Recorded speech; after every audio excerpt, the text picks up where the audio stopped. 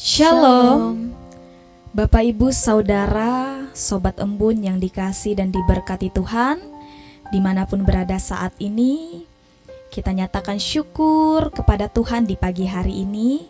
Kita boleh dibangunkan, diberikan napas kehidupan, kesehatan, dan kekuatan. Mari, sebelum kita mengawali hari kita ingin bawa hidup kita di hadapan Tuhan. Mari kita memuji dan memuliakan namanya. Saya mengajak Bapak Ibu Saudara untuk berdoa. Kita berdoa.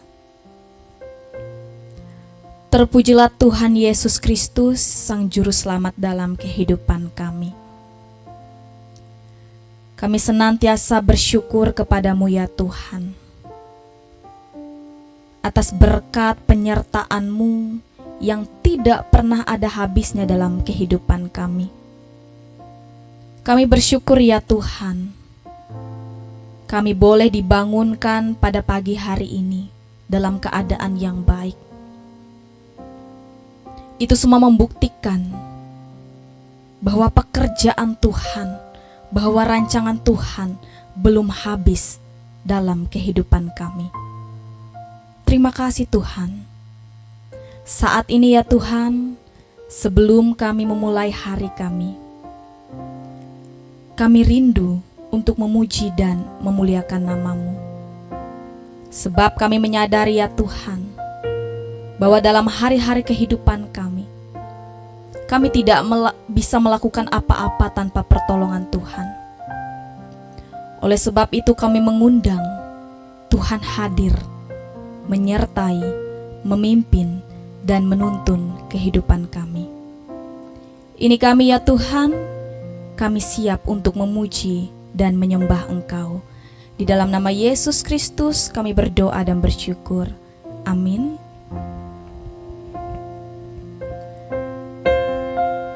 Melewati pujian yang akan kita nyanyikan ini, kita ingin membawa jiwa kita, hati kita, seluruh kehidupan kita untuk menyembah dan memuji Tuhan. Sebab Ia adalah Allah yang berkuasa, Tuhan yang besar di dalam kehidupan kita. Mari nyatakan pujian ini dengan kesungguhan hati.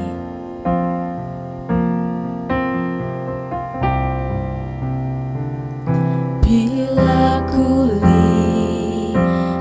bintang gemerlapan dan bunyi guru riuh ku dengar, ya Tuhanku, tak putus aku heran melihat ciptaan-Mu yang besar. Maka jiwaku pun memuji-Mu, sungguh besar Kau Allahku. Maka jiwaku pun memuji-Mu, sungguh besar Kau Allahku. Terima kasih Tuhan, Engkau adalah Allah yang besar dalam hidup kami.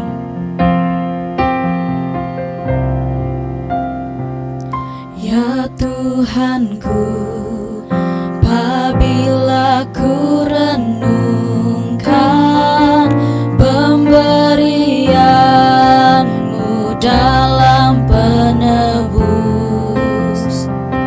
ku tertegun bagiku dicurahkan oleh Putra-Mu, darahnya kudus. Maka jiwaku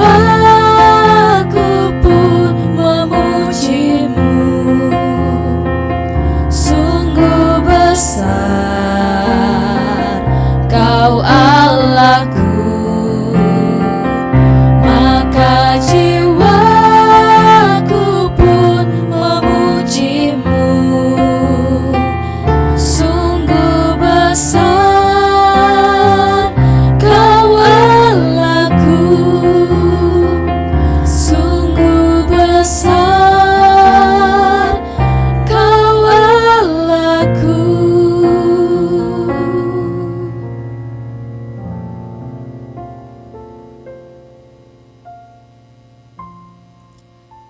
Marilah kita bersatu di dalam berdoa. Kita berdoa. Ya Allah Bapa yang kami puji dan kami sembah, kembali lagi ya Tuhan, kami muncul ke hadirat-Mu ya Bapa.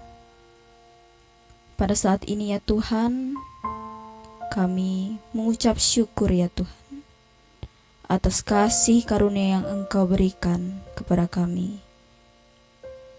Kami pada hari ini ya Bapa ingin mendengarkan tentang kebenaran firman-Mu. Kiranya firman-Mu ini dapat kami dengar dan dapat kami lakukan dalam kehidupan kami ya Bapa. Biarlah firman-Mu ini dapat menjadi berkat bagi umat-umat-Mu ya Bapa. Hanya ini doa dan permohonan kami yang kami alaskan hanya di dalam nama-Mu Yesus Kristus. Amin. Shalom, Bapak Ibu, Sobat Embun yang diberkati dalam Yesus Kristus. Kita bersyukur buat kasih dan kemurahan Tuhan yang selalu baru setiap hari bagi hidup kita. Sehingga pada saat ini kita boleh berjumpa lagi dalam tayangan channel Embun, Elitoria Misi Berkat untuk Negeri. Mari Bapak Ibu, saya mengajak kita, mari kita mempersiapkan hidup kita, hati kita untuk bertumbuh di dalam iman. Kita bersama mendengarkan kebenaran firman Tuhan dari kitab Injil Matius pasal yang ke-20 ayat yang ke-17 sampai ayat yang ke-28. Namun pada saat ini saya tidak akan membacakan bagian keseluruhan firman Tuhan ini.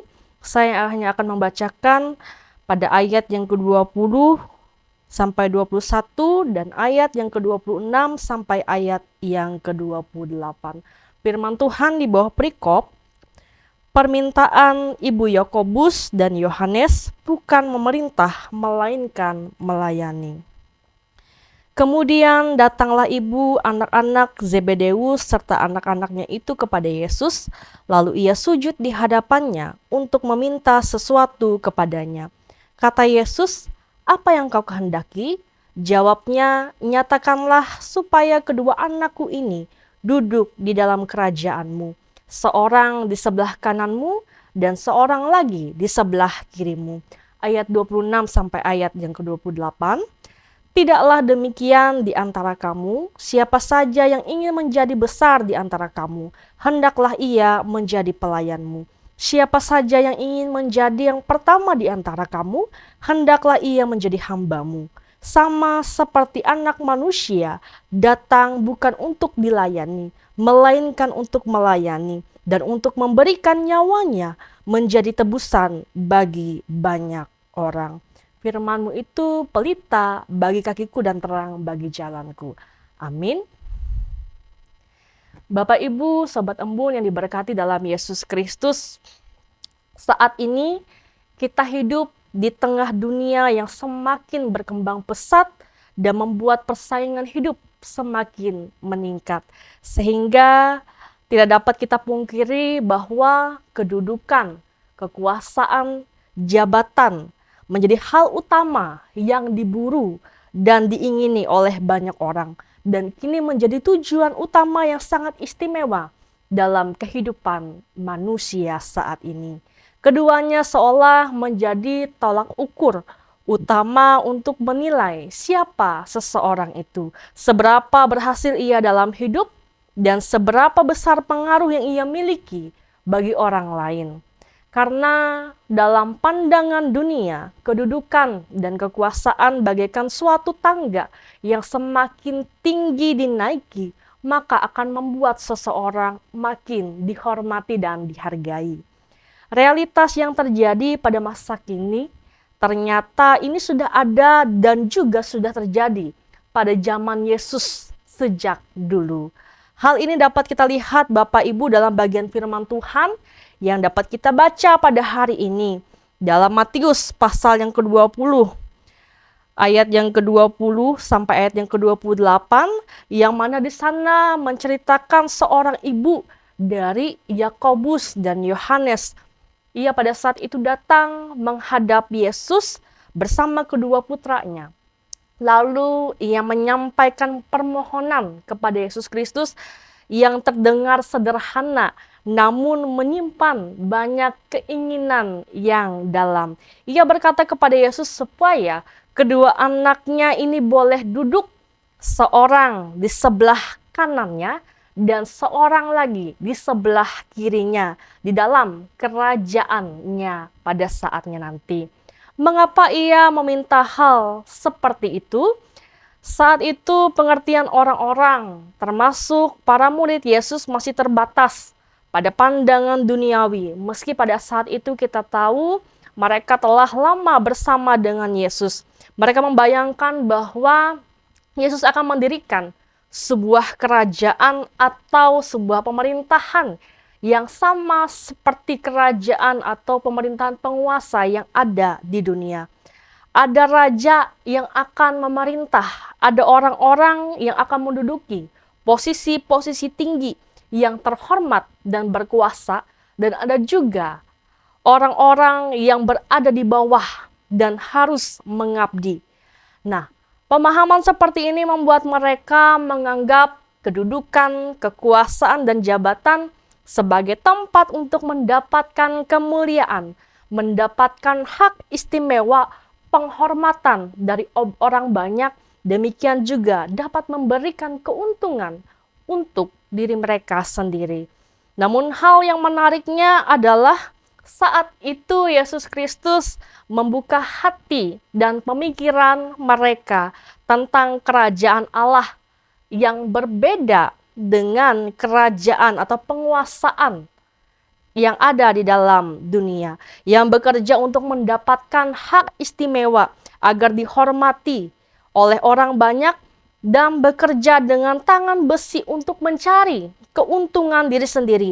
Ia memberi gambaran hal yang sebaliknya. Dalam kerajaan Allah dikatakan bahwa barang siapa yang mau menjadi terbesar, ia harus menjadi pelayan. Dan barang siapa yang mau menjadi yang utama, ia harus menjadi hamba. Inilah konsep kerajaan Allah yang berbanding terbalik dengan konsep kerajaan atau pemerintahan di dalam dunia yang Yesus katakan pada saat itu. Nah, Bapak Ibu, saudara-saudari yang diberkati dalam Yesus Kristus, konsep melayani dan menjadi hamba ini telah digenapi oleh anak manusia.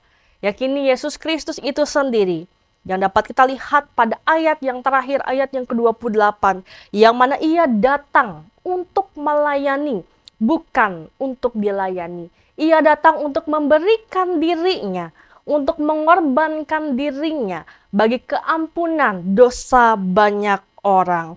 Oleh sebab itu, demikian inilah juga cara hidup yang benar yang hendak Yesus nyatakan bagi orang pada masa itu, yang harus diikuti oleh orang-orang percaya. Bapak, Ibu, sahabat Ambon yang dikasih dan diberkati dalam Yesus Kristus, firman Tuhan sungguh luar biasa mengajarkan kita pada saat ini. Ada beberapa hal yang dapat kita petik di dalam kehidupan kita melalui kebenaran firman Tuhan ini. Yang pertama adalah firman Tuhan mengajak kita, mari hiduplah untuk melayani, bukan untuk dilayani. Kita hidup di tengah dunia yang haus akan validasi, pengakuan, pujian, penghormatan, dan mendapat pengakuan istimewa untuk dilayani, dan menjadi tujuan utama yang ingin diraih oleh banyak orang pada saat ini. Namun konsep dunia berbeda dengan konsep kerajaan Allah. Dunia menganggap Orang yang besar adalah mereka yang berkuasa, mereka yang dihormati, mereka yang banyak dilayani oleh orang lain.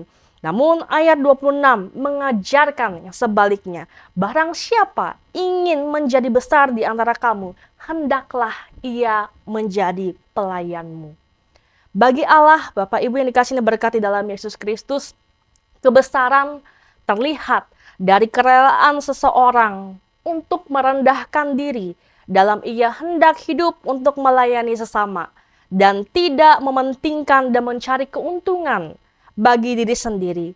Kebesaran bukan soal posisi dan kedudukan, melainkan sikap dan tindakan yang dilakukan di dalam kebenaran dan keadilan.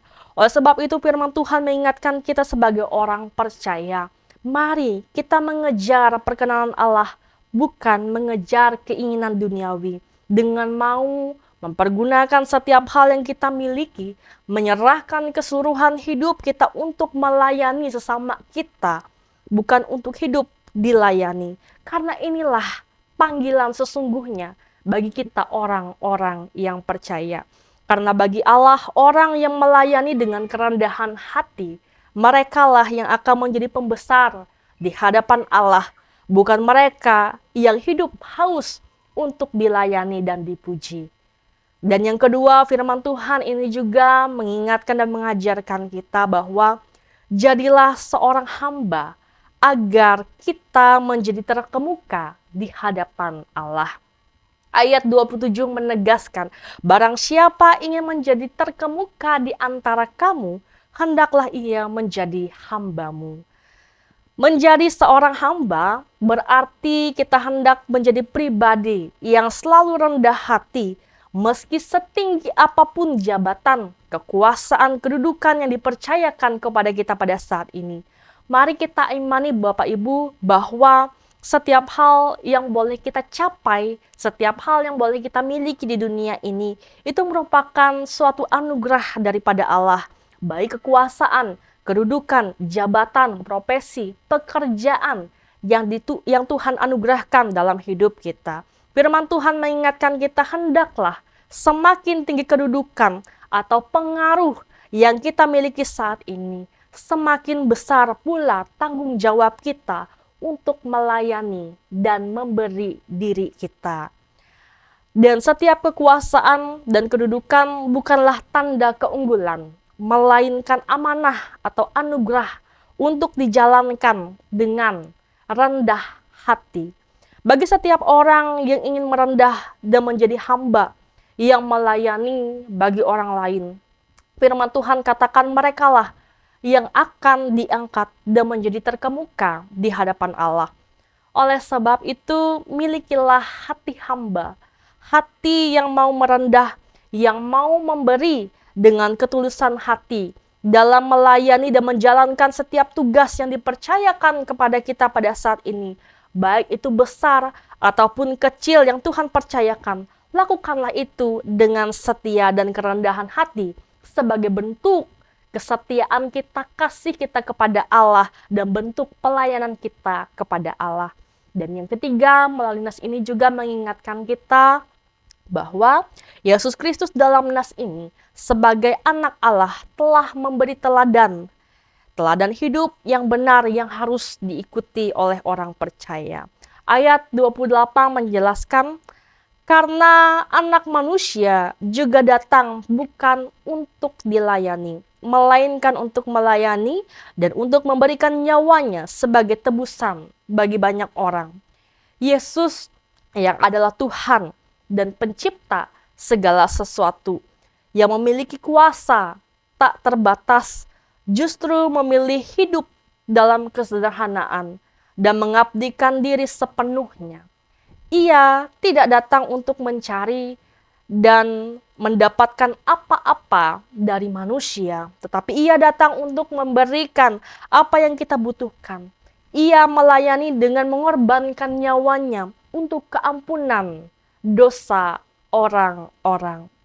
Hal ini menunjukkan bahwa cara hidup yang benar adalah cara hidup yang memberi dan berani berkorban, bukan yang hanya terus-menerus berusaha mencari dan mendapatkan. Bapak Ibu yang dikasihi dan berkati dalam Yesus Kristus, hidup yang mau berkorban merupakan bukti dari pelayanan yang sejati. Itulah yang Yesus Kristus berikan bagi kita pada saat ini. Demikian juga bagi kita pada saat ini, biarlah kita mau memberikan hidup kita, menyerahkan kehidupan kita sebagai orang-orang yang mau mengorbankan yang terbaik yang ada pada diri kita. Mengorbankan diri kita bagi orang lain, bukan mengorbankan orang lain demi kepentingan diri kita sendiri.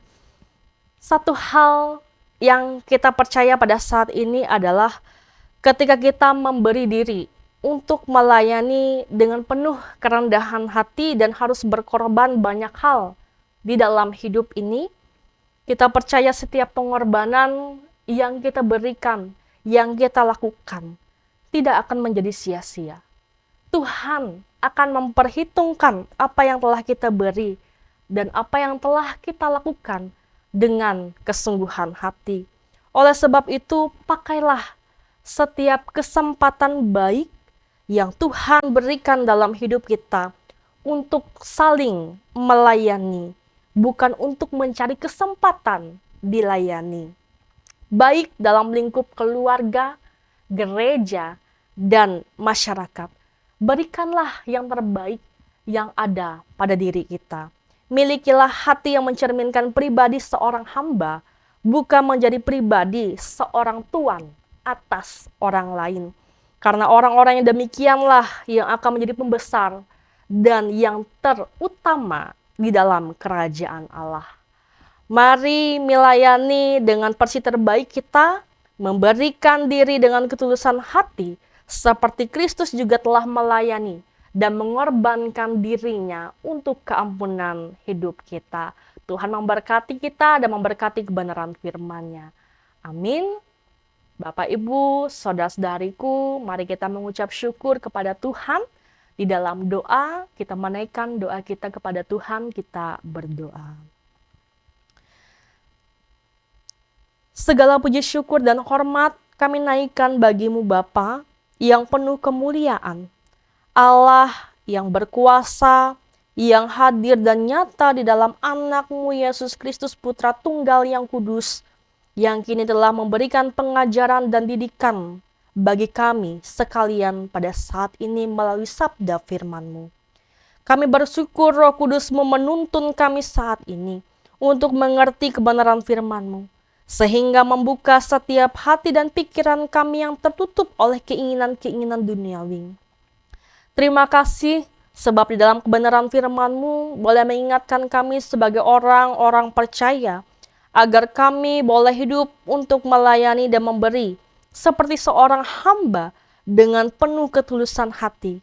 Mampukanlah kami selalu, Tuhan, untuk memberikan versi terbaik yang ada pada diri kami dalam menjalankan segenap tugas tanggung jawab, profesi, kedudukan, jabatan yang Tuhan berikan di dalam kehidupan kami. Baik itu dalam kehidupan berkeluarga, bergereja, dan bermasyarakat yang lebih luas yang Tuhan percayakan bagi kami sebagai bentuk pelayanan utama kami terhadap Tuhan. Kuatkan dan teguhkanlah hati kami selalu, agar tidak mudah tergoda dengan hal-hal duniawi yang dapat menjadikan kami orang-orang yang haus akan kekuasaan dan kedudukan, menjadi orang-orang yang dipandang hebat oleh dunia, yang hanya mencari puji, hormat, dan kebanggaan bagi diri kami semata, yang dapat membawa kami kepada kecokakan di mata Tuhan. Tapi biarlah oleh kasih karunia-Mu, dalam sekecil apapun pelayanan yang Tuhan percayakan kepada kami, itu boleh terus kami lakukan dengan kesungguhan hati, dengan kejujuran, dengan pengorbanan dan kebenaran di hadapan Allah. Kami yakin dan percaya demikian orang-orang seperti itulah yang berkenan di hadapan Allah, yang akan menjadi terbesar dan terkemuka di kerajaan-Mu. Saat ini kami menyerahkan kehidupan kami ke dalam tangan pengasihan-Mu. Dalam segenap aktivitas rutinitas kami sepanjang satu hari, biarlah tangan Tuhan yang kuat dan perkasa itu yang tetap terus menuntun memelihara hidup kami. Berkati apapun yang kami lakukan dan kerjakan pada hari ini. Berkati setiap orang-orang yang kami jumpai hari ini. Biarlah kasih dan penyertaan-Mu selalu menghiasi setiap langkah kehidupan juang kami Bapa, sehingga tidak ada yang sia-sia di hadapan Allah, melainkan segala sesuatu yang Engkau buat berhasil dan Engkau tetap terus berkati kini dan selamanya. Mohon beri kami kesehatan, kekuatan, hikmat dan bijaksana dalam kami menjalani hari-hari hidup kami di dalam Tuhan. Agar kami tidak salah melangkah, tetapi hidup kami tetap terus dalam perlindungan Tuhan dan boleh tetap terus membawa puji hormat bagi kemuliaan Allah. Biarlah Engkau Allah yang berkenan untuk tetap terus memberkati kehidupan kami dan orang-orang yang kami kasihi.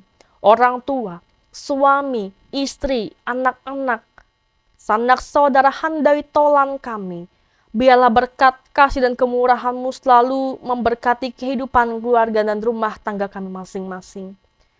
Bagi saat ini jemaat-Mu yang sedang dalam keadaan sakit, mereka yang berbeban berat, mereka yang mengalami duka cita, kami mohon Engkau Allah yang menolong, memulihkan, menghibur kehidupan jemaat Tuhan. Karena kami percaya dalam hidup ini hanya Engkau sumber kekuatan dan sumber pengharapan di dalam kehidupan kami. Demikian juga kami berdoa untuk kehidupan bangsa negara kami dan para pemimpin kami dari tingkat pusat sampai pelosok-pelosok daerah. Engkau Allah yang memberkati, Engkau Allah yang menghalaukan segala macam bencana dan malapetaka dari kehidupan kami. Demikian juga hikmat Tuhan turun atas para pemimpin kami. Mampukanlah mereka untuk menyampaikan suara Allah di tengah-tengah dunia ini yang semakin hari semakin jahat. Demikian juga dalam setiap keputusan dan kebijakan yang mereka buat, Tuhan boleh campur tangan dan membawa rencana Allah yang besar dalam kehidupan bagi bangsa negara kami sekalian. Terima kasih Tuhan, ini hidup kami. Kami mau serahkan hanya ke dalam tangan pengasihan Tuhan. Karena kami percaya Tuhan, telinga Tuhan tidak akan kurang tajam mendengar setiap seru, doa, dan permohonan kami. Dan tangan Tuhan tidak akan kurang panjang untuk melawat dan menolong kehidupan kami. Setiap orang-orang yang mau berserah dan mengandalkan Tuhan di dalam kehidupannya. Di dalam nama anak-Mu, Yesus Kristus Tuhan yang berkuasa atas hidup kami, kami berdoa dan mengucap syukur. Amin. Demikian firman Tuhan bagi kita pada saat ini. Sampai jumpa lagi di tayangan channel YouTube Embun berikutnya. Terima kasih, Tuhan memberkati. Shalom.